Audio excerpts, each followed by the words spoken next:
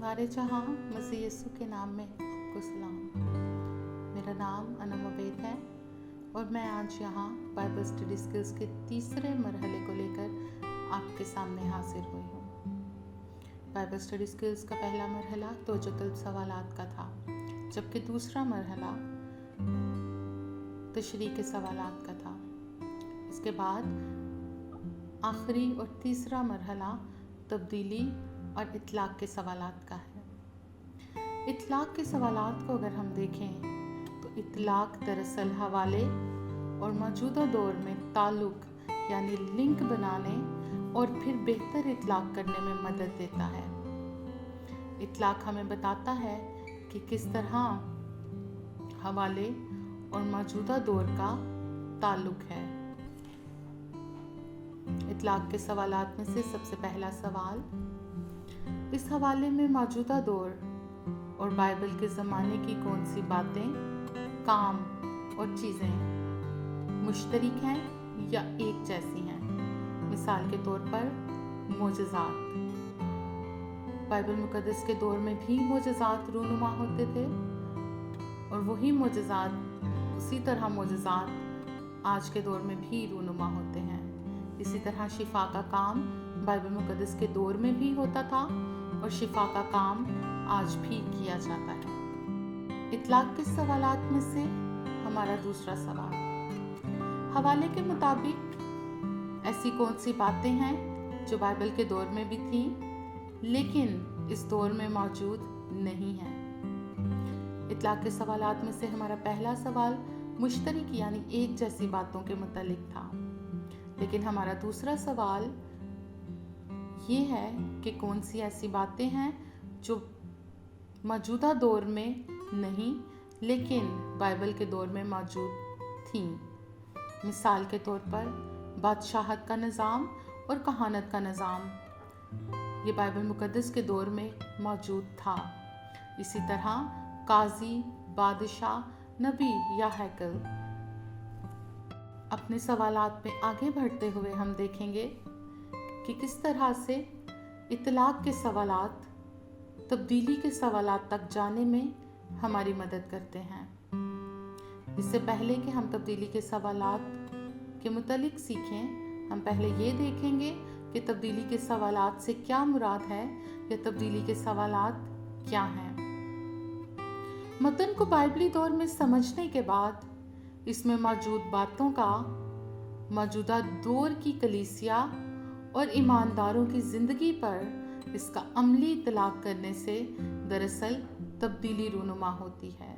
मुख्तसरन, जब हम बाइबल के दौर की बातों का इतलाक मौजूदा दौर के ईमानदारों की ज़िंदगियों पर करते हैं तो इससे उनकी ज़िंदगी में क्या तब्दीली रूनुमा होती है। तब्दीली के सवालात को समझते हुए मज़ीद आगे बढ़ेंगे और तब्दीली के सवालात में से अपने सबसे पहले सवाल को देखेंगे। तब्दीली के सवालात में से हमारा सबसे पहला सवाल है, चुनिंदा हवाले में आज के दौर के लिए क्या असूल पाया जाता है। असूल से मुराद कोई ऐसी बात, तालीम या काम है जिसका इतलाक हर दौर में किया जाता है। मिसाल के तौर पर खुदा उस दौर में भी वफादार था, इस दौर में भी वफादार है और आने वाले दौर में भी वफादार रहेगा। इसी तरह खुदा पहले भी रहीम था, रहम करता था, आज के दौर में भी रहम करता है और आने वाले वक्त में भी रहम करता रहेगा। तब्दीली के सवालात में से हमारा दूसरा सवाल है, हवाले में मौजूद किरदारों से हम क्या सीखते हैं। अपने तवज्जो तलब सवालात को करते हुए हमने कुछ किरदारों के मुतालिक सीखा। अपने तब्दीली के सवालात में हम ये देखेंगे कि वो किरदार हमसे क्या बोलते हैं या वो किरदार हमें क्या सिखाते हैं। किसी शख्स के किरदार में मुस्बत और मनफी या दोनों पहलू पाए जाते हैं। मसलन हवाले में मज़कूरा लोग जिस तरह का मुस्बत या मनफी किरदार कर रहे हैं, उन किरदारों से हम क्या सीख रहे हैं। मिसाल के तौर पर हननिया और सफीरा का किरदार हमें क्या सिखाता है। अपने सवालात में आगे बढ़ते हुए हम तब्दीली के सवालात में से तीसरे सवाल को देखेंगे।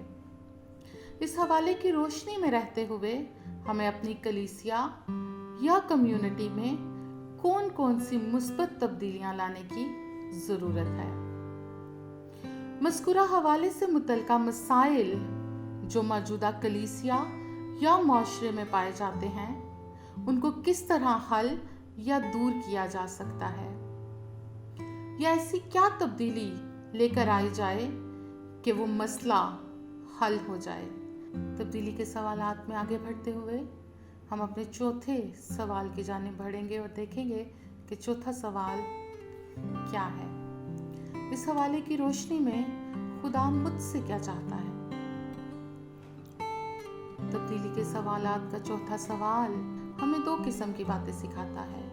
पहली ये कि यह हवाला मेरे लिए कैसे तब्दीली लाने के बारे में बताता है। दूसरी ये कि इस हवाले के मुताबिक जिस मसले की निशानदेही की गई है उसमें मेरा किरदार क्या होगा। मजीद आगे हम पांचवें सवाल को देखेंगे कि यह हवाला खुदा के साथ रफाकत रखने के मुतालिक मुझे क्या सिखाता है। मेरी खुदा के साथ शख्सी रफाकत कैसी होनी चाहिए। शख्सी तौर पर खुदा के साथ मेरा राबता कैसा है और इस राबते में किस तरह से बेहतरी लाई जा सकती है। मिसाल के तौर पर शागिर्द खुदा से दुआ कर रहे हैं या उससे दुआ कर रहे हैं। यह हवाला शागिर्दों की खुदा के साथ रफाकत के मुतालिक हमें क्या सिखा रहा है, या ये मिसाल खुदा के साथ रफाकत रखने के मुतालिक हमें क्या सिखा रही है। इसी तरह इब्राहिम खुदा पर मजबूत ईमान रखता है, तो इब्राहिम खुदा के साथ कैसी शख्सी रफाकत रखता है। यह हवाला या ये मिसाल मुझे इब्राहिम के मुतालिक क्या बता रही है। तब्दीली के सवालात में आगे बढ़ते हुए हम अपने सातवें सवाल की जानिब बढ़ेंगे। हमारा सातवां सवाल है, दूसरों के साथ सलूक रखने के मुतालिक इस हवाले में से हमें क्या सबक मिलता है कि मेरा दूसरों के साथ कैसा सलूक होना चाहिए। लेकिन इससे पहले कि हम सलूक रखने के मुतालिक सोचें, हम मुख्तसरन ये देखेंगे कि सलूक से क्या मुराद है। सलूक से मुराद है दूसरों के साथ हमारा बर्ताव या रवैया कैसा होना चाहिए। मिसाल के तौर पर मसीह यस्सू रहम करता है, तरस खाता है, मदद करता है, एहसास करता है और हमें प्यार करता है। तो अब अपने माशरे में दूसरों से सलूक में कैसे बेहतरी लाई जा सकती है। मेरा दूसरों के साथ रवैया या सलूक कैसा है। यह हवाला मुझे क्या सिखाता है कि मुझे अपना रवैया, अपना बर्ताव या अपना सलूक कैसा रखना है। इसके बाद तब्दीली के सवालात में से आखिरी और अहम सवाल ये है, अपने रवैये, किरदार, अमल या मसीही चाल चलन में मुस्बत तब्दीली लाने के मुतालिक ये हवाला हमसे क्या तकाजा करता है। ये सवाल एक गौर तलब सवाल है। बेशक तब्दीली के सवालात हमारी शख्सी ज़िंदगी में तब्दीली का बायस होते हैं कि किस तरह हमारी शख्सी ज़िंदगी तब्दील हो। ये सवाल भी हमारी शख्सी ज़िंदगी की तब्दीली के मुतालिक हमें सोचने पर मजबूर करता है। मज़कूरा हवाला जिन मसाइल, बातों की निशानदेही करता है, गौर करें कि उसमें मेरा हिस्सा क्या है और अब मुझे अपने अंदर क्या मुस्बत तब्दीली लानी है। ऐसी क्या तब्दीली मैं अपने अंदर लेकर आऊं कि मेरी वो तब्दीली ना सिर्फ मेरी ज़ात के लिए हो, बल्कि वो तब्दीली दूसरे भी महसूस करें और इससे खुदावंद के नाम को जलाल मिले। तब्दीली के इस आखिरी सवाल के साथ ही हमारी बाइबल स्टडी स्किल की ये ट्रेनिंग यहीं पर इख्तिताम पजीर होती है। बाइबल स्टडी स्किल्स की ट्रेनिंग 3 मराहिल से होकर गुजरी। हमने इसके 3 मराहिल देखे, यानी तवज्जो तलब सवालात, तशरीह के सवालात और इतलाक़ और तब्दीली के सवालात। मुझे उम्मीद है कि बाइबल स्टडी स्किल्स की ये ट्रेनिंग न सिर्फ आपकी शख्सी ज़िंदगी के लिए फ़ायदेमंद होगी, बल्कि आपके इर्द गिर्द रहने वाले बहुत से लोग इस ट्रेनिंग के वसीला बरकत पाएंगे। खुदावंद आपके साथ हो, खुदावंद आपको बरकत दे। शुक्रिया।